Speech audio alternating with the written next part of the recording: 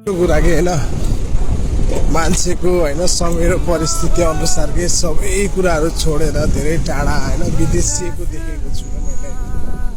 अनि कतिपय कुराहरू त्यो झचल्को आइरहेको छ कि होइन। अनि त्यो कुराहरू देखिराख्दाखेरि आफ्नो मन कस्तो खिन्न भएर आउँछ कि परिवार छोडेर जाँदा त्यो ठाउँमा बच्चाहरू हुँदा होइन उसको आमा हुँदा परिवारलाई गाह्रो हुँदा। म त एउटा भगवान्सँग के भन्छु भन्दाखेरि आई एम ब्लेस होइन।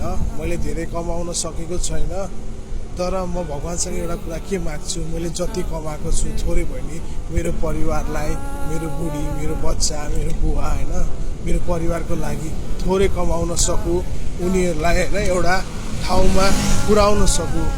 त्यति बेरसम्म मलाई चाहिँ सदैव रक्षा गर्नुहोस् भगवान् भनेर म सदैव प्रार्थना गर्छु कि मलाई धेरै कुराको लोभ लालच केही छैन। म एकदम खुसी छु कि होइन म मेरो परिवारसँग छु होइन। घर छुट्टी हुन्छ घर छुट्टी भएर म मेरो बुढी मेरो बच्चा सबैसँग हुन्छु त्यो नै म एकदम भाग्यमानी मान्छु कि प्रशस्त धन कमाउन सकेको छैन तर सबैको मन राखेर थोरै कमाएर पनि खुसी भएर बस्न सकेको छु। त्यहीमा म एकदम खुसी छु कि